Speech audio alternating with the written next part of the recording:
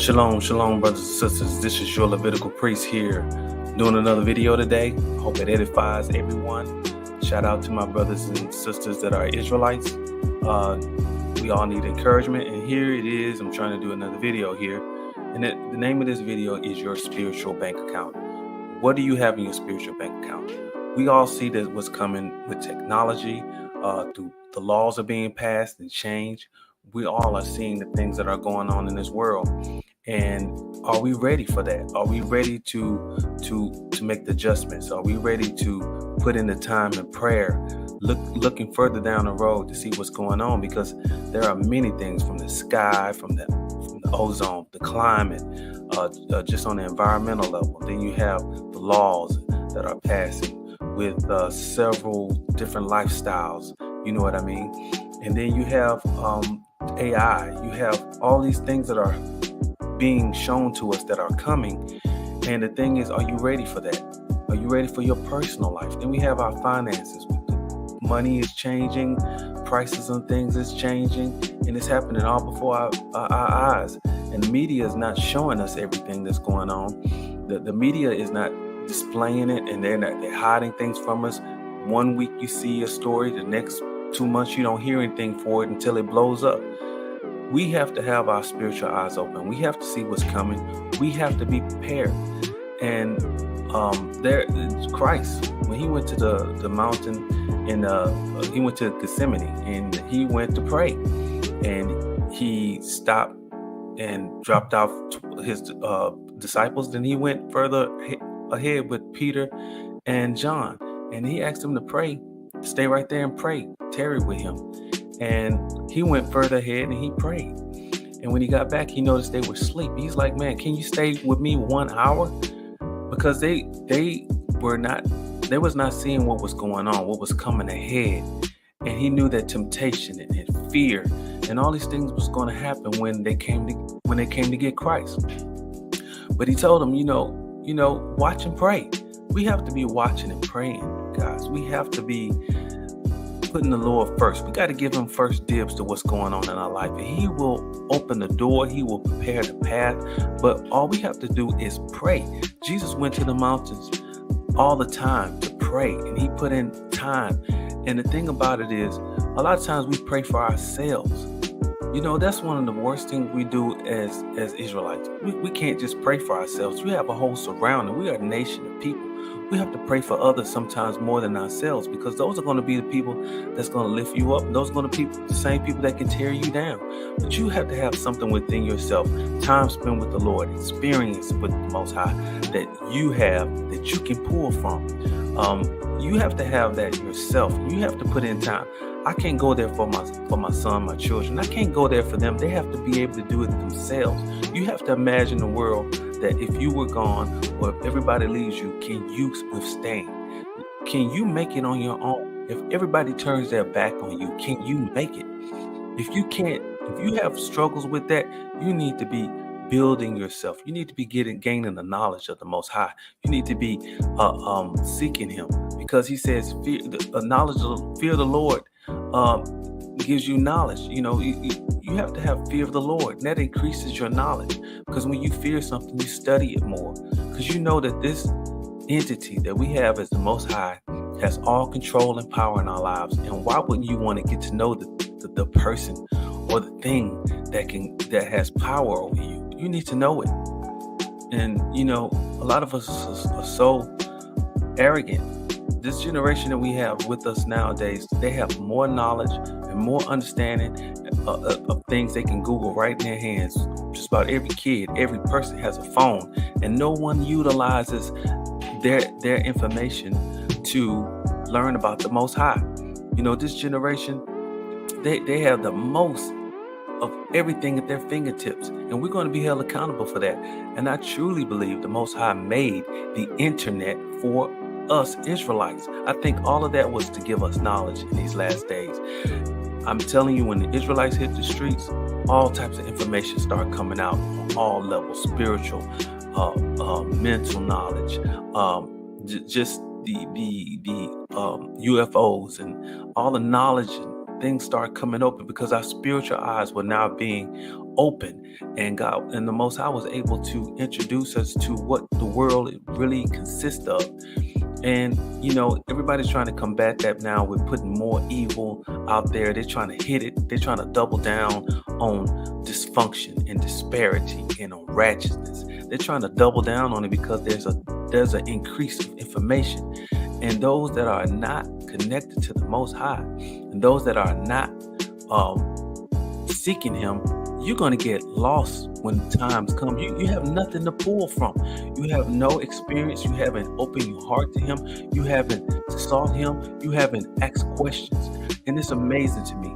All the knowledge that's out here, all the understanding we have on what makes relationships fail, all the knowledge we have out here for women, all the knowledge we have out here on health, and people just walk away from it like it's nothing. They'd rather do nothing and die like normal men, when you could excel this stuff by first opening your spiritual eyes. See, there's a spiritual connection that you must have in order to have all of this other knowledge.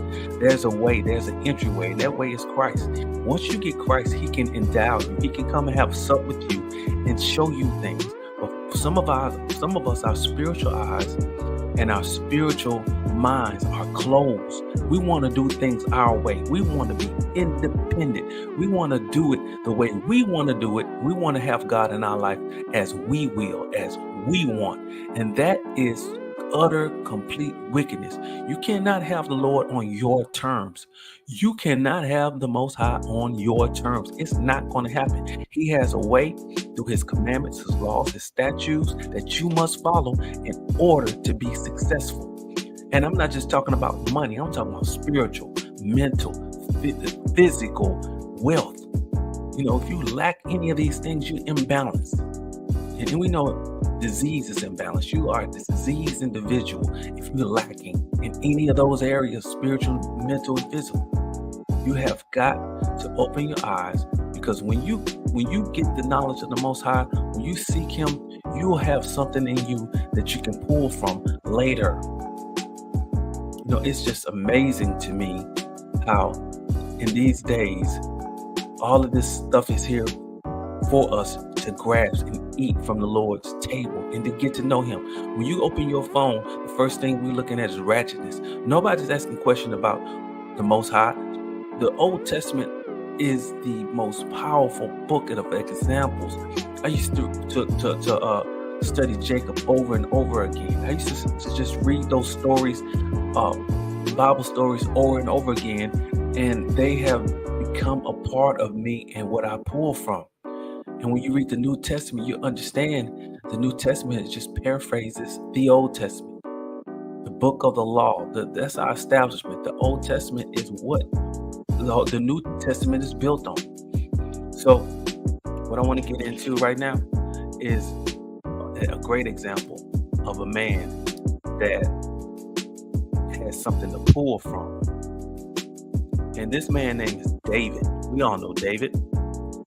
1 Samuel 30:6, it says, "And David was greatly distressed, for the people spake of stoning him, because the soul of all the peoples were grieved, every man for his sons and for his daughters. But David encouraged himself in the Lord."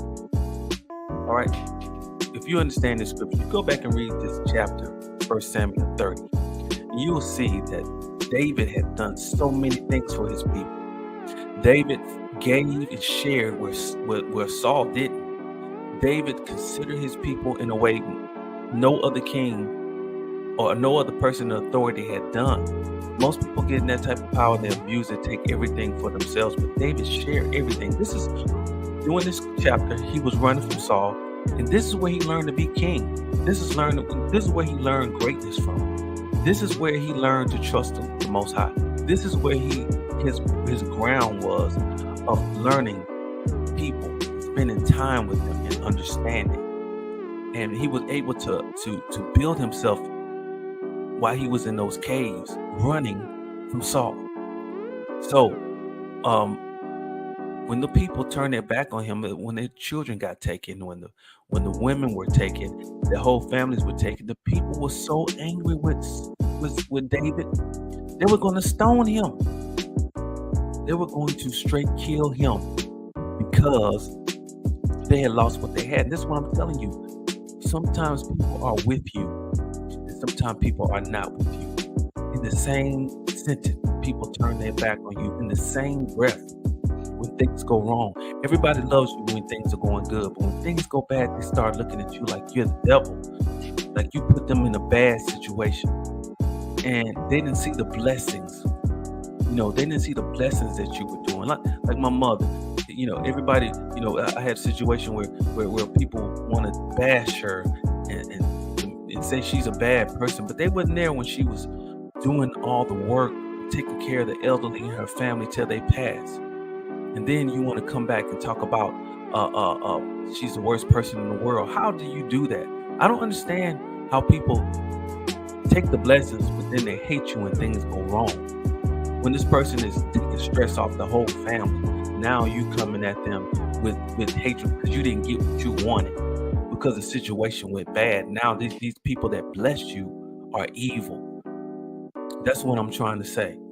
People that have sacrificed for you and helped you, not taking anything from, giving more than what they had to give, and took nothing and set everything on the table for everybody to choose from, when they could have took it off of themselves, but they cared about you.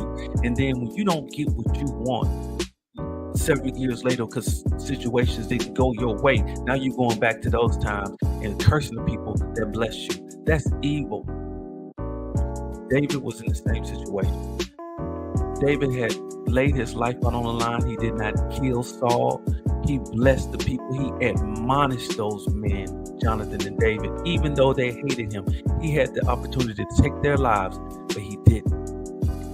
And they saw the Most High bless this man, going and coming, provide for them. Those 600 people he had with him, following him in caves.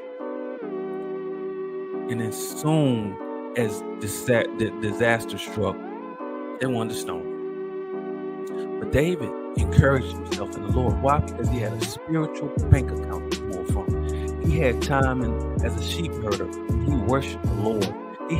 He pulled from his memory of killing a bear and killing a lion. He pulled on his memory of killing Goliath. He pulled on the times where the Lord came through for him and rescued him from all of that. He pulled on those experiences in his life. And see, this is what we have from. I can't have that experience for my son. I can't have that experience for my friend. You have to have something in you that you pull from, an experience with the Lord. You have to have trials. Where the Lord rescue you out of. Those are blessings. Those trials are blessings for you to pull on from the future. And if you don't have that, you are seriously, majorly lacking, my friend. We have opportunities where we have to put ourselves before the Lord and pray. And He'll put you in situations that you don't understand, but you'll understand when you can pull from those experiences later. Where is your spiritual bank account? What's in your account? Some of you got a few pennies. Some of you guys have nothing. And it's not enough to withstand you when troublesome times come. You end up hating the people that love you, hating the people that sacrifice for you, hating the very people that put you in a good position. And because it goes bad, now you have nothing to pull from because you did not increase what the Lord gave you. You didn't take the penny He gave you and made it two. You buried it. And now you have nothing to withstand you when times come in the future. It's increased. You can just look at the prices of things. Things are not the price they was 10 years ago. They have increased. You can't take that same money and pay for things now. You have to have increase. You have to take those experiences that you have that the Most High bless you with to go through and increase. That's why you wicked. That's why He called a servant when He gave the parable. He gave one pence, He gave 1 5, and He gave 1 or 2, and the one that had 1, He buried it. He called him a wicked servant because you didn't increase what the Lord gave you. The Lord gave you these experiences. He put you in hard times. He put you in situations for you to increase and grow. And some of us bury that. We don't want to hear it. We didn't take the opportunity to grow with the Most High. We didn't take the opportunity to better ourselves in the Most High. We took the opportunity to hide and to be prideful and to sit back and enjoy ourselves and concentrate on ourselves and what we wanted. We didn't take the opportunity to grow. And when it comes time, when things happen in the sky, when things happen in the monetary environment, you are lost. You don't have anything. You don't have anything to pull from. What's in your spiritual bank account? We must grow. We don't stay here forever. But I tell you what, you want comfort and peace as long as you live here. You want as much peace and comfort as you can have. And there's nothing like going through things with the Most High and watching Him lay the groundwork in front of you. And everything you were fearful of, you realize it was nothing to fear because you had the Most High, because you have a bank account to pull. If you're not reading, going through these scriptures in the Old Testament, making it personal and meditating on the scriptures, you are so undervaluing the Most High's knowledge of the Most High and understanding. You want knowledge of the Most High, you got to read Him. You got to get His character. You got to search Him like a sea. You got to search Him like the stars. And every step of the way, He will increase you. He will make you understand Him more and more, that ways you can't even explain to others. But you got to have zeal for the Most High. How do you get that? How do you get that if you don't have it? You have to seek the Lord. You have to fear the Lord. Understand that who's in your hand, your life is in His hand. And when you understand that He can take you anytime you want to, why wouldn't you have reverence or respect? Because the word fear means respect and reverence. And knowing that if I gotta go, I want to go in His hand, at His will. And I want to be comforted. And I want reassurance from Him. Most of you guys walking around with no insurance, no assurance, insurance or assurance. You have nothing. And when you stay like that, you become a threat to others, because now your desperation causes you to sin. Your desperation causes you to steal, kill, lie, sabotage, because you have no spiritual bank account. David couldn't do it for those men. Christ couldn't do it for the disciples. They had to do it themselves. And you have to spend time seeking Him, wondering about Him, thinking about how He moves, thinking about how He did this, going into detail, asking why until you get your questions answered. You have to be determined to want to know His heart and His mind. You have to be determined to understand Him and understand life in a deeper, more meaningful way. Many of you are just here. You're just riding away. You don't know when it's going to end. You don't even care. God, the Most High is giving you the opportunity to ride the ship with Him, to see what He sees, just like He did Moses. He's giving you the opportunity to ride the wave with Him, to sit in the cockpit with Him and watch what He do, instead of being a passenger sitting back, reading the newspaper, and just hope everything goes all right. You have the opportunity to see things and to see the future with the Most High. You're not going to understand everything, but you will understand a lot, as much as you need to and you can handle. I want to be in that. I want to be in the cockpit with Him. I want to be sitting by just hoping life goes okay, not prepared for anything. The Lord prepares you. He orders your steps. He allows you the opportunity to see things and have substance so you can understand. And though you can't explain it to everybody else, but you will understand it, and that's all that matters. So I'm going to end this video. And I want everybody to reevaluate your bank accounts, spiritual bank accounts, with the Most High. And is it enough? Do you have enough in you to withstand the wiles of Satan? Do you have enough in you to withstand monetary, spiritual laws that are changing, crime, people being zombies. Are you able to be lonely for a while so the Lord can protect you, keep you separated and holy? Are you going to be upset because He's putting you in places that you feel like are uncomfortable now, but they are the most healthy for your future? Do you trust Him enough to know that He has your well-being at the top of His priority? You have to trust Him and know that even though you may not have everything you think you want, you are in the best place for you. You have to know that with certainty that He loves you and that He's giving you everything you need. What you don't have, you don't need right now. Yes, it's lonely. Yes, it's hard. Yes, you have to manage a lot, but you are in the best place if you trust the Most High, if you are seeking Him, if you are following His laws, statutes, and commandments. If you're not, you're in a dangerous place, and your ending is void. It means nothing. It's just suffering to suffer. People that have the connection with the Most High don't suffer just to suffer. We suffer for a reason. And when things get hard, we're ready. And I want to be ready. Don't you want to be ready? Get ready, because it's happening. You're seeing the signs. You're hearing the echoes on the news. You're seeing the birth pains happening. It's happening, folks. Get yourself together while you have time. Stop worrying about your relationship status, your monetary status. Everything that you want, places you want to go. You better find out where the Most High wants you to be at, where He wants you to go, where He needs you. If you ain't doing that, when time comes, you're gonna see that you wasted so much time not preparing yourself. Just like the bridesmaids, they weren't prepared. Their cups were not filled with oil.